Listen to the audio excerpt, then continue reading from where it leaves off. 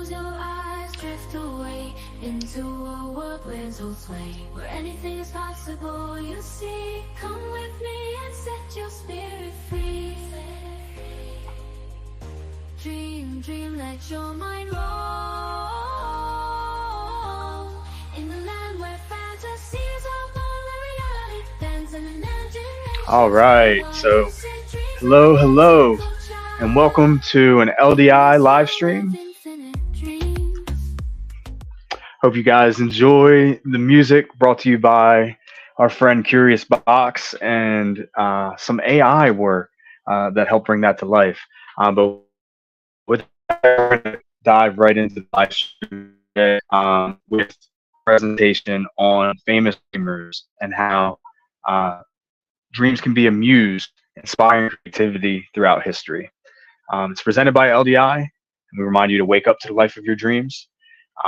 You can check out some videos much like this in our wonderful deep dive series that's on the YouTube page at LD Initiative, or check out our website at ldinitiative.org to learn more. And I just wanted to mention, in the same breath as AI, that this presentation here and the information within was helped brought to you by the power of some of the newest programs on the market, which is OpenAI's ChatGPT 4.0. And let's dive in.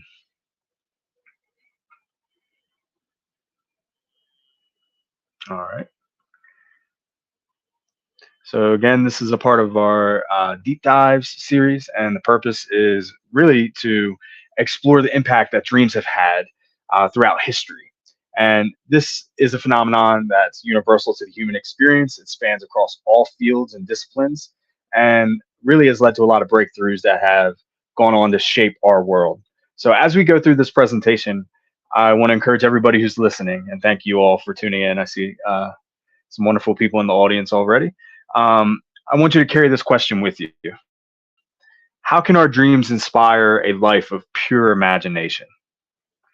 And let's see how it's been done up to this point in time. Next slide. All right. And before we go any further, I thought it would be worth touching on the origin of the words we've used here. Since we're talking about dreams as muse, I thought it would be amusing to talk about the music of dreams. And so tracing back to the etymology of the word dream itself, it's actually an Old English word, which used to mean to rejoice, to sing, or to make music. And what a wonderful metaphor for what we do at night, every night when we lay down to go to sleep, whether you remember it or not. And then wanted to talk about the word muse itself, which comes from Greek and Roman mythology. You can refer to the 9 goddesses who were the daughters of Zeus and pronunciation check here, Mnemosyne, which actually shares the root for the word mnemonic. And what a funny coincidence that is. But it's also a person or personified force who is the source of inspiration for a creative artist. So let's continue, and I'll allow my friend Curious Box to cover the next slide, talking about the history of dreams. As Night Owl has stated before, dreams have always been a universal experience. And what does that mean? From an evolutionary standpoint, we already know that dreams, as well as sleep, are one of the most valuable mechanisms for survival. They may have helped early humans process information, solve problems, and rehearse responses to threats. That's something that's really necessary. And societal influence on dreams has also been one of the most profound things, because, as they were often seen, they're messages from the divine or even supernatural. So this perception has really allowed us to shape cultures and guide many of our decisions in ancient societies. So they've been documented really extensively in various writings and temples, and it's really been shown how important they are across civilizations.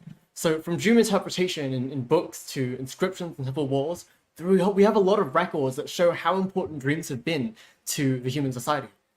There's over 5,000 years of history as it comes to this idea of dreams. Whether it's the study or the interpretation, it always reveals how much human thought and culture is integrated with a system like this. So we begin all the way back with the first civilization, Mesopotamia. And over there they had the Sumerians and the Akkadians, who regarded dreams as almost divine messages that needed interpretation by skilled individuals. So they were seen as communication from gods or even spirits, and they guided individuals as well as leaders in all their decisions. So originally they had these pieces of stone, cuneiform tablets, and they recorded on those dream interpretations and omens. We often hear of those for accounting purposes, but they also had dreams up there too. Next, we bring ourselves to ancient Egypt, where they had dream temples, and over there, dreams were believed to be communications from God over the seas. So in those dream books, as well as temples, where they integrated that dream incubation, they slept in hopes of receiving divine guidance, or even healing. So through their dreams, those practices are super well documented in their hieroglyphic inscriptions, as well as their papyri. Then you have another favorite civilization for many, and that's ancient Greece. And in ancient Greece, they did something that was particularly magical, right? They viewed dreams as both defined messages, but also reflections of the dreamer's inner thoughts. So we had Homer, who wrote several epics like the Iliad and the Odyssey, and those feature so many dreams that are sent by gods to humans. And you have Artemidorus, and he wrote Onera Critica, which is a comprehensive work on dream interpretation that really tells us of the importance of dreams in Greek culture. Finally, we continue through ancient Rome, and this is where the calendar started, right? At the year 0, we had ancient Rome. And over there, they integrated some of those Greek dream traditions into their civilization, and they viewed dreams as omens and messages from God. So Cicero wrote about the philosophical implication of dreams, and Roman leaders often made decisions based on their own dream interpretations. So we see a lot more on dreams as it comes to the way that they interpreted it there. So based on their literature, it really shows that it was also important there. But we don't only want to focus on ancient history in the West, because in Chinese culture, or ancient China, dreams also held another valuable place. And we had the Zhou dynasty, where they considered it a means of communication with the spirit world. So both Confucianism and Taoism both integrated those dreams into their philosophy, and they used them as tools for self-reflection as well as guidance. They even had these things called dream manuals that provided interpretations that influenced our everyday life. And even in ancient India, they also took dreams as really important in Vedic texts like Ayurveda, and they recognized dreams as important for understanding and like each of their individual people, as well as diagnosing diseases. So they're manifestations of deeper spiritual and psychological processes. In many of their texts, they had many gods. They were a polytheistic religion, and those gods could communicate through dreams, and and it was also important on the spiritual side. Then we have ancient Persia, as well as in other indigenous cultures. So we begin with Zoroastrianism in the ancient Persian religion, where they viewed dreams as the medium for divine messages. So we had priests who specialized in interpreting these dreams to guide personal and communal decisions. And we also followed by indigenous cultures, such as the Native Americans and Aboriginal Australians, who viewed dreams as messages from ancestors or spirits too. We also have Japan, and they actually have two forms of this. You begin with Japan during the Heian period, where aristocrats maintained these dream diaries that blended with daily life and poetry and other spiritual reflections. And even within that, we follow with some of the Buddhism. And over there, Buddhist monks incorporated dreams into their spiritual practices, and they used it for meditation and enlightenment. So they often discuss the significance of dreams in the path to spiritual awakening, nirvana. So dreams all over, they've been interpreted in so many different ways and valued across different cultures and eras. So it's been something that's been important to civilization for so long. It's the evolution from first dream interpretation to then the idea of what are dreams for, mystical and psychological, and even now with the scientific revolution, we've gotten to a point where scientific perspectives, they continue to show that human quest to understand the unconscious mind. So there are many people out there who have used dreams in this special way. So let's take a look, now that I'll pass it on to Skyfall, on the myth of dreams. All right, everybody. Thank you so much to all of you who are listening now or in the future, whenever you are. So we're going to go into sort of the myth of dreams, and most of this is Greek in nature, Greco-Roman, and as Yeah, many of you who may be familiar with some Greek and Roman theology and mythology know that they actually cross over and share much of their mythos. So the Romans really share a lot of their mythos with the Greeks. So this is the Greek interpretation, some of it. And so they're talking about like anthropomorphizing phenomenon through stories that explain the human experience. That's basically the essence of a lot of Greek myth. It rains, or the seas are rough, therefore Poseidon must be really mad at you, for example. Anything like that. And so you have sort of Nyx, you have the primordial goddess of the night, you know. You have the god of sleep, Hypnos, which is where we get a lot of words like hypnotis, or hypnotic, hypnosis, hypnagogia, hypnopompia, a lot of things related to sleep, hypnic jerks. That comes from Hypnos, which is the Greek god of sleep, and that is just sleep for Greeks. And then, of course, any Matrix fans out there should be familiar with Morpheus. That is the god of dreams in the Greek world. In Greek myth, he brought dreams to the sleeping to motivate them to action. That is the Greek myth of sort of Morpheus, what he does. And Aesculapius, the Greek god of healing, and there's actually a kind of a similar Greek tradition to the Egyptian one mentioned earlier with Aesculapian healing temples, and there's dream aspects to that too. And so there are sort of connections between these different mythologies. They're not all separate from each other, which is kind of interesting to explore a little bit of the interplay. And then the Greeks considered dreams to be oneros, which is, Greek. Onero is Greek for dream. That's where we get oneronaut from. It's dream explorer. They consider dreams to be messengers of the gods. And so that is the basic mythology. There are a couple of pictures and memes here related to, I believe, Morpheus. If you guys have those up there. And we are going to move on to the science of dreams. And let's start with where dreams are typically studied for the most part. There are two fields that are typically studying dreams, psychology and neuroscience. This presentation focuses more on the psychological side, but neuroscience and understanding sleep is also a really big component of dream research as well nowadays. And psychology is the scientific study of the human mind and its functions, especially those affecting behavior in a given context. So that's the definition of psychology. And then we have psyche, soul, self. The psyche in Greek mythology, again, Psyche was a beautiful woman who was granted immortality after trials with her lover Eros, who is Roman. Cupid that you think of is actually Roman. The Greek is Eros, who is the son of Aphrodite, the goddess of love and beauty. And then Logos, which is my personal favorite. I love logic. Explanation through logic and reasoning. That's what a lot of science is based on for the most part, is the scientific method. Logical understanding, for the most part, disproving something by trying to determine that something isn't working a certain way, or to find some evidence to see that it does work a certain way. But a lot of science is disproving things. But it's done through logical reasoning, through the scientific method, through establishing hypotheses and testing them and evaluating and analyzing results. And so that's a lot of how science in general works. And there's a lot that goes into dreaming and sleeping. This next part, I think parts of it have probably been disproven a little bit. The activation synthesis hypothesis, which was introduced in 1977, suggests that dreams are the result of random neural firings in the brainstem during REM sleep, followed by the cortex interpreting these firings. Memory consolidation and mood regulations. These are alternate theories of why we dream. So mood regulation, that theory involves, dreaming at night, basically we experience emotional states a little bit differently. It helps us sort of process emotions that we have. So it helps regulate our emotional states. And nightmares are seen in this interpretation as a failure of that to regulate properly. And so there is a side of dreams that's seen for mood regulation. Then the memory consolidation is converting memories from short-term to long-term memory.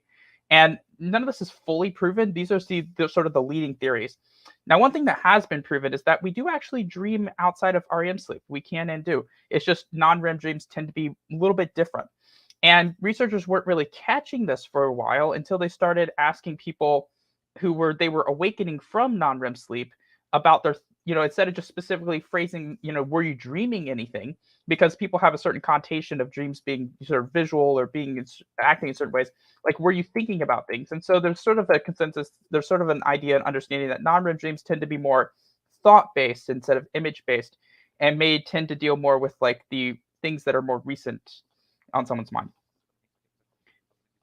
And so the study of dreams in scientific laboratories began with the discovery of REM sleep by Astarinsky and Kleitman in 1953. Although I will also say that for lucid dreaming, probably one of the first people to study this in the West before we were doing this in laboratories would have been the Marquis de Saint-Denis, who's, I'm not 100% familiar with his work, but he is actually referenced in Exploring the World of Lucid Dreaming in terms of dream research. Pretty cool guy. I actually do want to read his book at some point. Get the version translated to English. Then you have Freudian psychoanalysis, day residue, suppressed desires, wish fulfillment, and seen as overly deterministic and lacking empirical evidence. You have Jungian self-actualization. This is a pretty big thing. I think, Amina, you probably have some input here too. But collective consciousness, synchronicity, and then sort of mysticism and religion are kind of things they're in there. But basically, there's a lot of things that are still not known about dreaming, which is one of the cool things about it. We're still researching, we're still learning about. It's a frontier that still is worth exploring on multiple levels. And obviously here at LBI, we paid a lot of attention to the lucid side of it, but just dreaming in general, why we dream, all that stuff, we're still trying to understand it. And it's pretty cool, to be honest with you. Dreaming of scientific breakthroughs. So we have people like Otto Loewy, who dreamed of an experiment proving chemical transmission of nerve impulses. The night before Easter Sunday of that year, I awoke, turned on the light, and jotted down a few notes on a tiny slip of paper. I'm bad at direct reading. I'm much better extemporaneous. But these are quotes. Dmitry Mendeleev, who created the periodic table, saw the organization of it in a dream. I saw in a dream a table where all the elements fell into place as required. Awakening, I immediately wrote it down on a piece of paper. And then Albert Einstein, this is actually a pretty good quote here, who used dreams and visualization to help conceptualize his theories of relativity. The person with dreams is more powerful than the one with all the facts. There's a good quote for you right there. But honestly, dreaming is amazing. One of the key parts about this, just on a side note that's not fully related to this, but a key part of all these people who have been inspired by their dreams is dream recall. I mean, remembering their dreams. These particular scientists in general, or in this case, noting their dreams down, writing down their dreams and recording them and remembering them. And so that's a key part of a lot of this is dream recall. Honestly, I just wanted to throw that aside out there because it's kind of cool. Anyway, next, I believe we have Night Owl. Have a good one. Go ahead. Thank you so much, Skyfall. And I love how you mentioned dream recall as one underlying consistency with many of these examples, because imagine if they woke with these solutions and they didn't have that tiny slip of paper next to their bed, or they just allowed it to escape back into the ether and allowed it to be forgotten.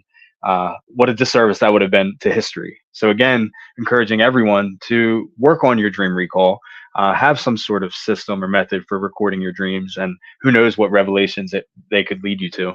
And it's also worth mentioning another theory that's popular with dreams as it pertains to science is the continuity theory of dreams. So all of these people were, for the most part, working in their respective fields and focused on these problems, seeking solutions. And so the subconscious mind was just working in the background while they were asleep on providing those answers. And I think, there's nothing mystical about Einstein, making his groundbreaking discoveries and changing theories that we still very much use today. And I also wanted to mention how all these dreamers tend to have this look about them, besides the black and white imagery we've included here. It seems like a mustache might be the key to dreaming of scientific breakthroughs. Anyway, the next slide is talking more specifically about driving technological innovation. Oh, can I And add yeah, go ahead, Amina, please. Okay, before we continue, also another theory that I wanted to bring up is the threat simulation theory of dreaming, which is also looked at a lot. And it's basically saying that, you know, when we dream, our brain is like this advanced algorithm that's always predicting things that might happen to us, kind of getting out harmful or like stressful emotions and like practicing for these supposedly stressful situations. So yeah, I would like that one. I wanted to add it. Yeah, I agree. And as somebody who experiences frequent nightmares, it helps me cope with it, considering that, hey, maybe I am learning how to grapple with real life situations I may encounter myself. Um, Thank you, Amina, for mentioning that. Um, and now, talking more specifically about technological innovation throughout history, you see Nikola Tesla added there. He was actually very known for visualizing inventions in a dreamlike state before creating them. Ryan mentioned earlier hypnos and a reference to hypnagogia. And one could argue that this is the state of mind that Nikola Tesla was employing when he was trying to come up with some of the inventions, like the radio, for example, or his direct current, which was a famous controversy with Edison there in history.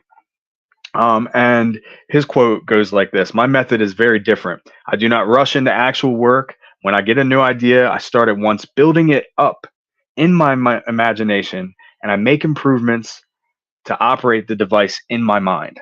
So, starting with that visualization and bringing it to reality, I think that's wonderful. And then Larry Page, actually, the creator of Google, dreamed the concept that led to the creation of Google itself. And his quote is, "Sometimes it's important to wake up and stop dreaming." So much like the dream recall we mentioned before, it's worth mentioning that at a certain point, you have to do the work to bring these things to life. They're not just going to magically appear because you had the idea. And then lastly, this is one of the Easter eggs that were included in this presentation: Steve Jobs, who was not necessarily a lucid dreamer by definition, but he was a visionary by all means. And he did emphasize intuition over intellect, basically accessing a dreamlike state. And the quote we included here is that most people never ask, and that's what separates the people who do things from the people who just dream about them. And if you're wondering what Google looks like, because a Google is actually a number, it's 1 followed by 100 zeros, which you can see at the top of the screen there. Doesn't seem like that large of a number, but it really is. All right, next slide, please. All right, shifting gears a little bit, we definitely needed to talk about arts and humanities. And you'll notice in this section, there are no quotes because a lot of this artwork can speak for itself. And here we have Dali, who is definitely a dreamer based on that mustache and the look on his face. Definitely a character. His surreal painting heavily influenced by his own experiences. So a lot of the famous paintings that you might be familiar with might have come straight out of his dream journal. And then you see there's a movie poster of Frankenstein there. Mary Shelley actually had a dream that inspired her to write the novel Frankenstein. And great stories tend to translate themselves across multiple mediums. So I thought it'd be cool to add the movie poster there as well. That's definitely a cultural icon that's stuck with us throughout time. And then here's one you might not be familiar with: Samuel Taylor Coleridge, his poem Kubla Khan. In the first few lines, they talk about this dreamlike temple next to a beautiful river that was imagined in a dream under the influence of opium. So, needless to say, the substances and the behaviors, the attitudes, the perspectives we bring with us from waking life to the dream influence the nature of our dreams themselves. Moving on, but keeping with the theme of art, the next slide, we're talking about musical dreams. And so here you see a picture of the Beatles. Most people have heard of them before. Paul McCartney actually dreamed of the melody yesterday, and woke with it in his mind, and again wrote it down and explored that sound to bring it to life. Another interesting story that has to do with prophecy was that allegedly John Lennon and Paul McCartney, shortly after meeting each other, had a dream as well, that they had discovered these hidden riches in a garden. Apparently, this was a recurring dream of Paul's, and he had found nothing of significance digging in this garden time and time again until after he had met John Lennon. And then he started to find like this gold treasure of coins in the same place he dreamt of countless other times. And it was an indication to him that, you know, this relationship was going to lead to riches and obviously a fruitful career. And what was interesting is that John Lennon reported having a very similar dream.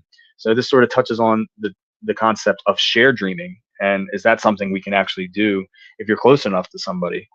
And then the next image you see down there is of Tartini, who is famous for the Devil's Trill Sonata. And the story goes with this quote: "One night in the year 1713, I dreamed I made a pact with the devil for my soul."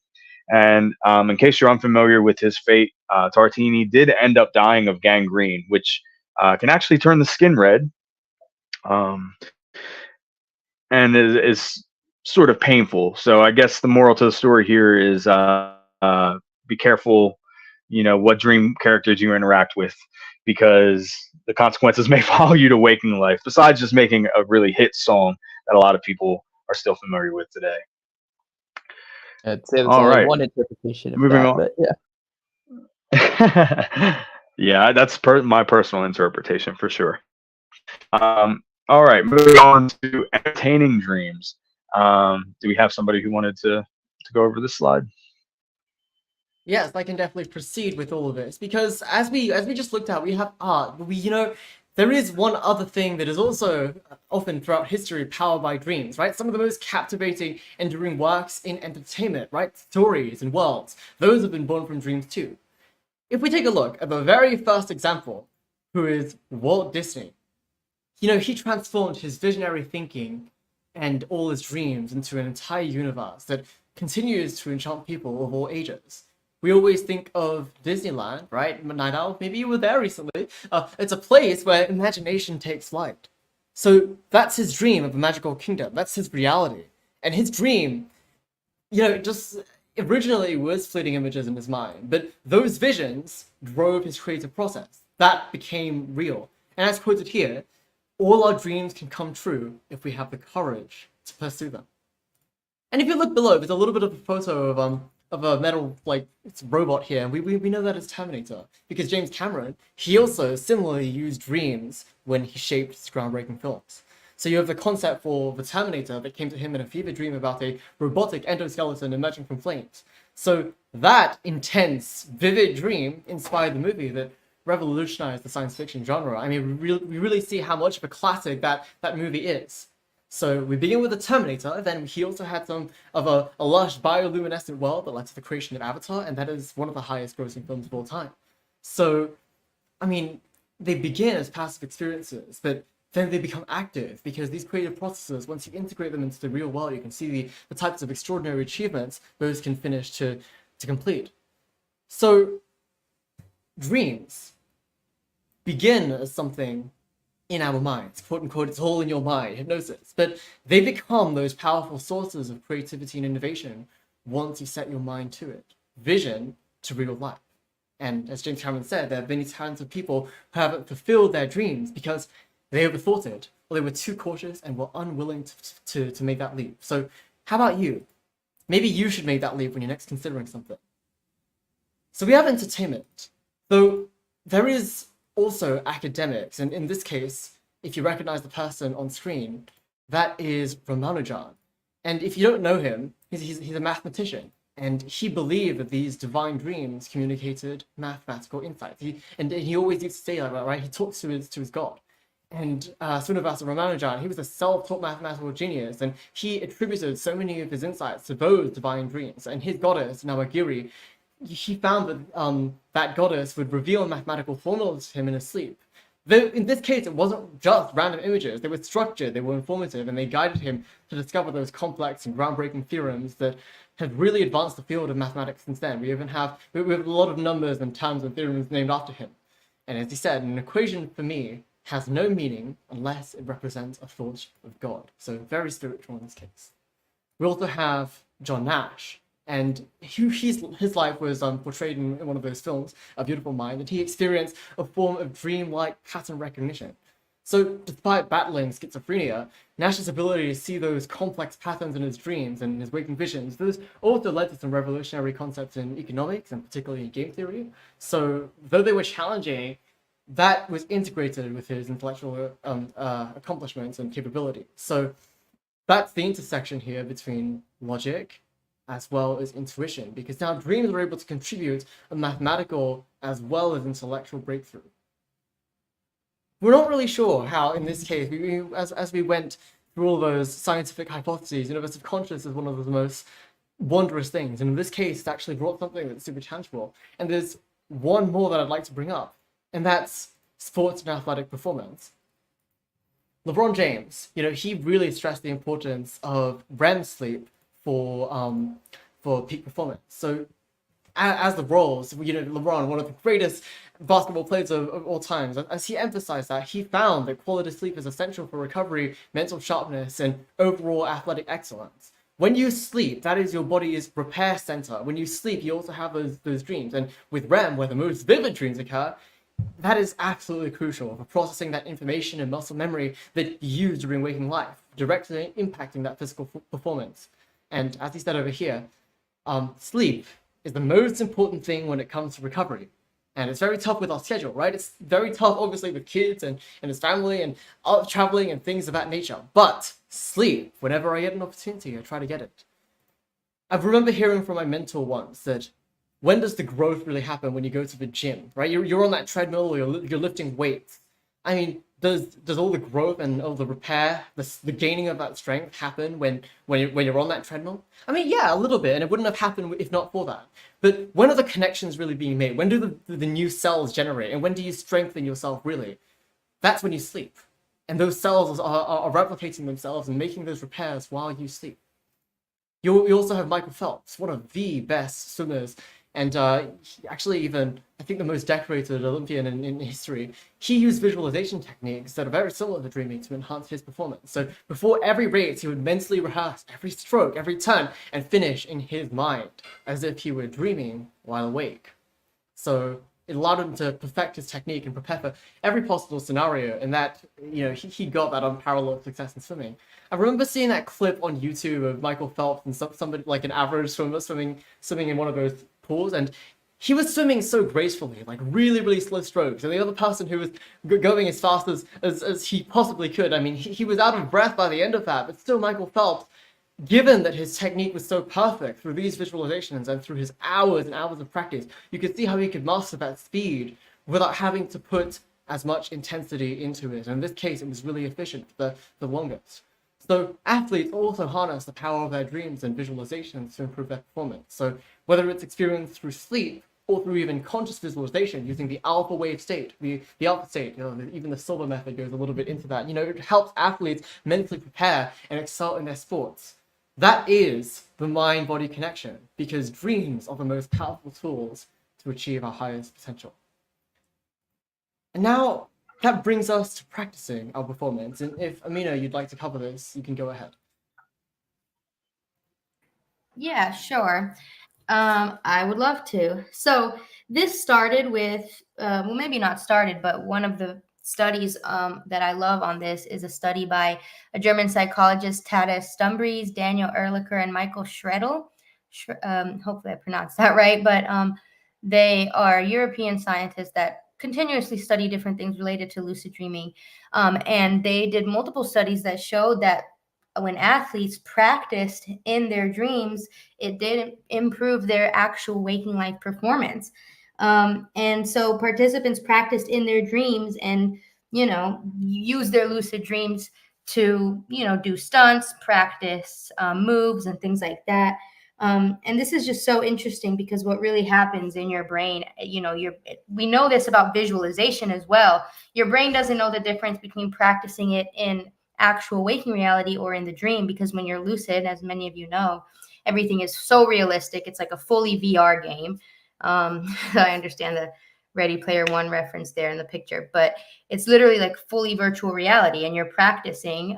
So similar to how like a pilot does, those flight simulators and things like that. Your brain is really registering, learning this skill, memorizing the neural pathways and things like that that you're building from practicing.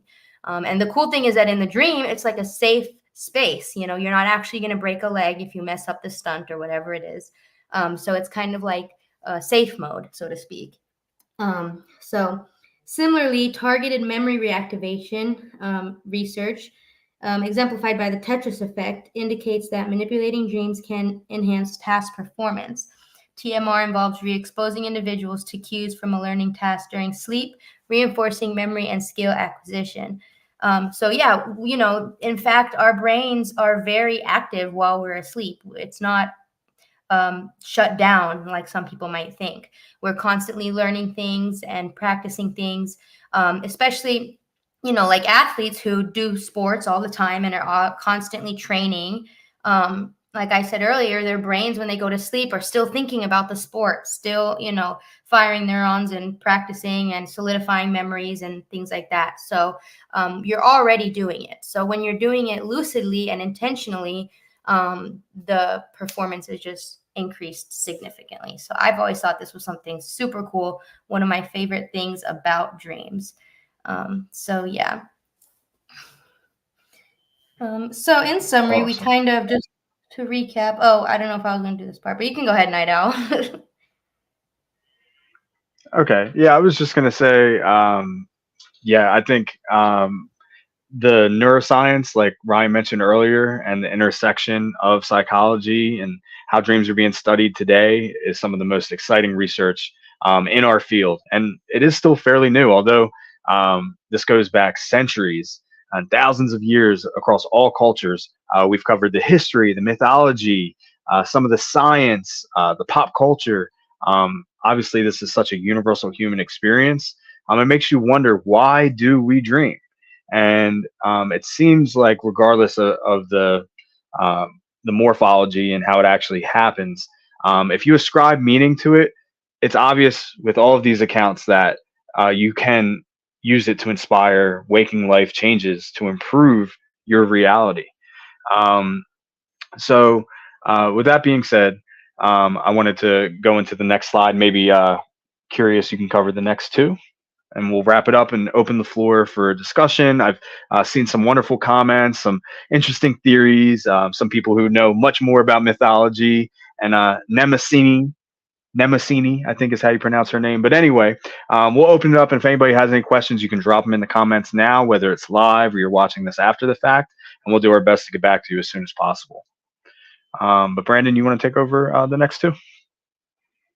All right. So, we already went through a little bit of that. So across all of the different fields, I mean, dreams, they've been an inspiration across each of these parts of a human endeavor. So obviously we gave various examples. So if we begin, we have science with as we talked about, Dmitry Mendeleev, his dream led to the creation of a periodic table, and you have Albert Einstein's dreams who contributed to his theories of relativity. So yeah, you have the mysteries of universe on that form of science, and you have technology with Nikola Tesla using his dreams and visions to pioneer inventions that revolutionized modern life, and Larry Page, and he drugged up the concept that became Google. And what would life be today without Google? We have the arts that have been profoundly influenced by dreams. Salvador Dali's surreal paintings, direct reflections of his dream experiences, and Mary Shelley, her iconic novel on Frankenstein that was inspired by a vivid dream. And we also have Paul McCartney as well as Giuseppe Tartini, who also used those in that situation. As we follow, we have business. Steve Jobs, he always talked about the importance of intuition. And as we said, he's an Easter egg because visionary thinking, it's akin to a dreamlike state. And he drove that innovation at Apple as it began. Then we have our mathematicians like Srinivasa Ramanujan, and who received those complex mathematical insights in their dreams that have had lasting impacts in the field. And even in sports, athletes, LeBron James and Michael Phelps, they use dreams and visualization to enhance their performance. So dreams, they're capable of driving progress in so many different ways, which leaves us with the final quote. Mark Twain, he's been to all sorts of places, and his quote is, "Don't dream your life, live your dreams." Now, what does that mean? He encourages us to transform our dreams into reality. Yes, we can dream about what we wish to achieve, but we also want to take action, take actionable steps to bring those dreams to life. We looked at all of his examples, whether it's in science, technology, arts, business, sport. All of us have those different passions, and whatever you do, you can use those dreams to shape your reality, right? They always have the potential to shape your reality and drive you towards your greatest accomplishments. So you want to really find a way to live your dreams, whatever you may be doing. So Night Owl, if you'd like to take a look at the final slide. Yeah, so It's upside down. there I am. Yeah, black and white. Not famous at all. That's why it's upside down, because it's a bit backwards. But it also is a play on words about thinking differently, seeing your life upside down through a different lens. Dreams might be considered fantastical, imaginary things, but look at all of the examples we've mentioned already, and there's so many more. I'm sure that we did not get to, um, but clearly they can be a true source of inspiration for living a life of pure imagination. And now, with about 15 minutes left on the stream, I wanted to open the floor to some of my colleagues here. Welcome in Crystal and D Mart. Crystal, who's helped bring the Lucid Deep Dive series to life and helped us create so much content that's on our official LD Initiative YouTube page. And then D Mart, who's an amazing artist. I've only seen a glimpse into their work, but I'm looking forward to seeing so much more. We're waking life examples of how dream work to not escape from our waking life, to augment and improve it, to help take these visions and the initiatives that we have in mind and to bring them to the world, to share them with all of you in hopes of learning from each other's experiences. At least that's what it's all about for me. So thank you all for being here and helping me go through this presentation. And a special thank you to everybody in the audience who's watching us live. If you're here before, during, or after the fact, be sure to drop us a like, subscribe, and follow LD Initiative here on YouTube. Across all social media, it's the same handle. And mainly our website is the best way to stay up to date with everything we have going on at our new startup organization. It's ldinitiative.org. And be sure to subscribe to our monthly newsletter, which references a lot of the studies and research that is relevant to our field, as well as waking life dream stories from all of us and the subscribers who've decided to share their nightly experiences also. But without further ado, I want to open up the floor to each of you. We've got some interesting comments. If you have any questions, please let us hear them.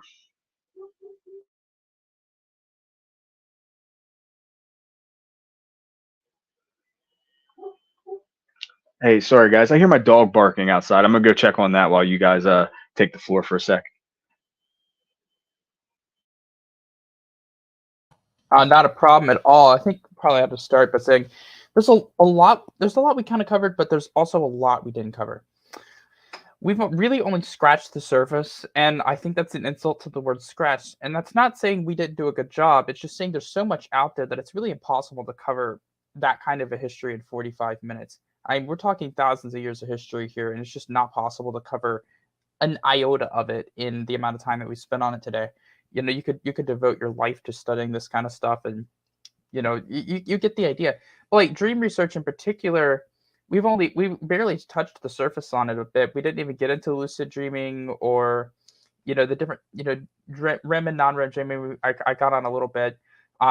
Just the kind of things that have been done in dreams, all the different research into lucid dreaming that's been done from people like LeBurge and on upwards, all the different breakthroughs and things that have been studied. There's just so much we haven't touched on because there's just not a lot of time for it. But I would just say, one thing is that I think, just to clarify a point that was made earlier about practicing skills, is if you have a vivid lucid dream, because not all lucid dream doesn't necessarily mean that it's a vivid dream, but if you have a vivid lucid dream, I think would be the way to go. But yeah, there was a lot to get to. Let's see if we have any questions from YouTube. All right. Thanks, Ryan. I just wanted to share, really quickly. I did see a comment from Ada Deo, who said, "What if we are dreaming to shape the reality to bring it to life, and the amount of energy we use in dreaming is actually building the reality to which we are waking up to?" If that makes any sense. And I would say I personally agree. I think, just like Amina referenced, the threat simulation theory, that our minds have a way of processing all of the previous information through memory consolidation that we consider relevant, and then to take and apply that Dave residue Freud mentioned, which is probably what I consider to be the most reputable part of his psychoanalysis that survives today, and combining it to simulate what we might possibly experience, or feelings, thoughts, emotions that still need to be processed. So, in a way, dreams are helping co create our reality. And if you've ever had a sort of prophetic dream or deja vu, even, a lot of research suggests that deja vu could be explained by experiences we had in simulating our waking life through dreams. So I think you're definitely onto something there.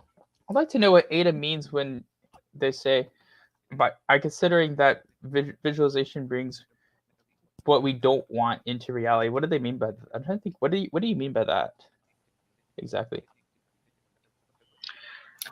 Yeah, maybe they can clarify in the chat. I don't know if they mean like thoughts manifesting or thoughts that you don't want. But just to add to, while they clarified, to add to what Night Owl said, I do think like it's a connection. Like it goes both ways. You know, the dream influences reality, waking life, and waking life influences the dream. It's like this never-ending cycle. And you know, I don't think one is more quote unquote real than the other, because you know we experience both. They're both part of our, you know, journey, different states of consciousness. So yeah, like we know when we things happen in our waking life, we're going to dream about it, and things happen in our dream, and it influences how we act in our life, even if we're not consciously aware of it. And I do think that you can intentionally direct this process, even though the process is already happening naturally. And that's when we see things like dream incubation and doing things to honor the dream and just continuing that cycle going.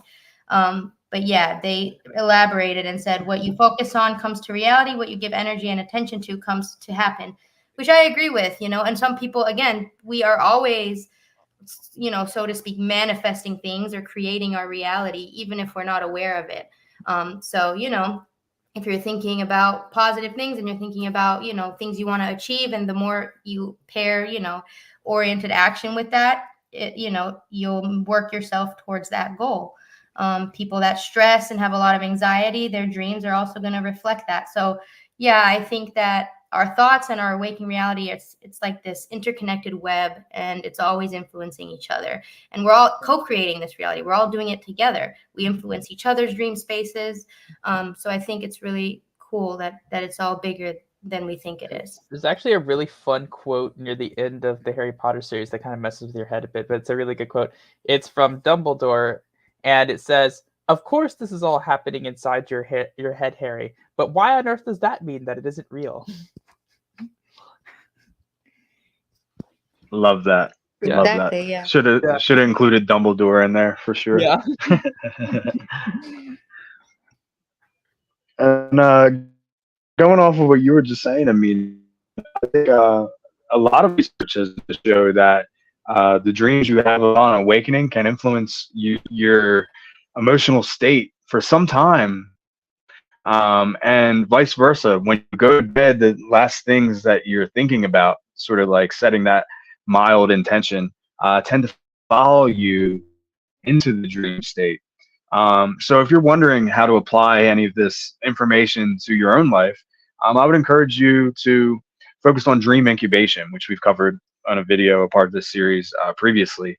And it's really just setting out the intention to have a specific kind of dream. So if there's a problem that's plaguing you and you're struggling to find a solution, it might be worth exposing yourself to stimuli that get your mind in that space, thinking of a solution prior to sleep. Um, Edison himself would sit in his favorite armchair with steel balls that would awaken him right when he slips into that dream state so that he could sit on the edge of consciousness. And much like Nikola Tesla, wink, wink, he would visualize solutions to things he was working on. And that's not some superpower that a famous inventor had from history. That's something that's an innate ability within all of us. And one thing we like to preach at LDI is it's a learnable skill that you can develop with practice.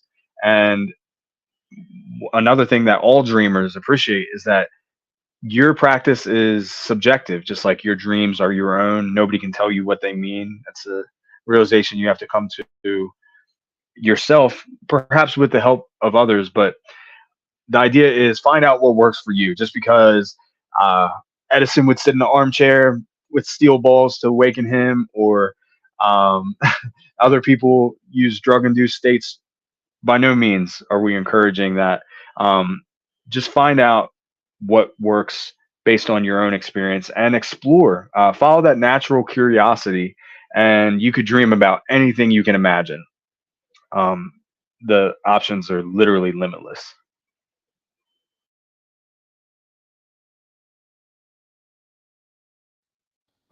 Do we have any questions down here? I don't Not see sure. any more I don't think so. questions, but overall, I think it was an action-packed stream. We haven't heard from Chris or Neymar, so I'd love to hear their input if you guys have anything to add. Oh,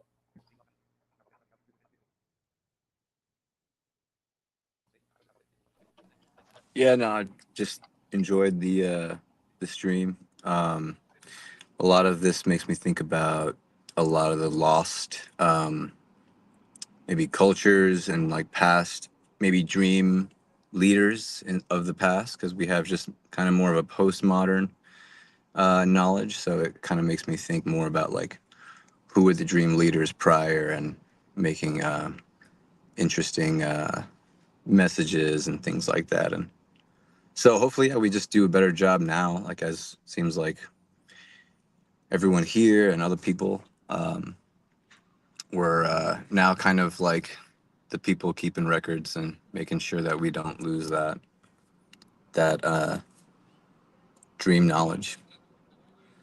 Anyways, yeah. Yeah, definitely. I think that brings up a lot of good points about how information has been destroyed over time. I mean, like I would go into, you know, the history to do with dreams and religion, relating to dreams of, for example, Colombia, but that doesn't really exist because it, like most of it, got destroyed when it was colonized, which means that we have a very biased view of the history of dreams. And you can notice that in this presentation, it is very much mostly some of these like more well-known countries, which I understand that it's harder to find information about lesser known, especially when you're using ChatGPT, because that's just going to find what it can find most easily. Although these histories do exist and you can find them, and these present cultures exist too, which are products of history, of course, in countries which have maintained more of their identity rather than letting the colonialization take over. So that's a good point to make, I think, and to bring up. And there's a lot. This was a very brief overview, I find. Unfortunately, I wasn't able to involve myself in the process of the making of the presentation, but I hope that I'll be able to expand my own knowledge on this topic as well, and in future be able to provide a bit more of my own thoughts on this. Yeah. Yeah, I would personally love it if we reapproach this topic and cover it in as much depth as we possibly can. And I think you both bring up great points. Who knows how much history has been lost, the time, for various reasons. There's oral cultures who use storytelling to really pass down information from generation to generation. Crystal brought up colonization and how that's literally destroyed records throughout history. But you're right. AI really does sort of scrape the most commonplace, socially acceptable information, and that leaves a lot of history left out. So if you have any interesting people, stories, or accounts that you'd like to add, we can maybe do another presentation on this. If you're watching and you have a name you'd like to drop, please add it to the comments below. I'd love to hear from all of you, honestly, and really just appreciate how universal dreams are. Ada said, "I wonder for a long time. I've wondered for a long time why I have dreams about death. Find myself accepting death with serenity and peace, actually dismantling my wish to die, and suicidal thoughts vanished." And I think that's beautiful. Thank you for being vulnerable enough to share that. Because we mentioned Tibetan Buddhism and Yoga Nidra also, who sort of uses the state of lucidity to prepare for death, almost like sleep were a metaphor. So there's plenty of applications, I think, that can help inspire, a beautiful life, and not just dismiss dreams as something worth forgetting. That maybe there is more to it, and we can all develop this skill and maybe even make the world a better place. So I can't wait to hear some more examples from all of you. Thank you again to each of the presenters who joined me here today. Brandon, Curious Box, Ryan, Skyfall Blind Dreamer, and Amina from the Dream World podcast. Special shout out to Crystal and D-Mart, who chimed in here at the end. Thank you both for all the work that you do alongside of LDI, and all the initiative that you take. I really do appreciate it. And thank you to everybody who joined us here today. Again, it would go a long way if you just like this video. Subscribe if you want to see more content like this. And check us out across all social media as we continue to grow at LD Initiative, and especially our website at ldinitiative.org. You can hear a ton of anecdotal evidence about dreams through the dream stories that we share in our monthly newsletter. And we also like to include research to keep things balanced, because at LDI, we do believe in taking a science-backed approach, but it's clear that there's so much more to be said of dreams on a spiritual and psychological level. So thanks again. It's 4 o'clock at the top of the hour now. Does anybody have anything else to add before we close it out? Nope. Curious, Amina? No, thanks you, dreaming. everyone. All right, wonderful. With that being said, thank you all for joining us again. Peace and sweet dreams.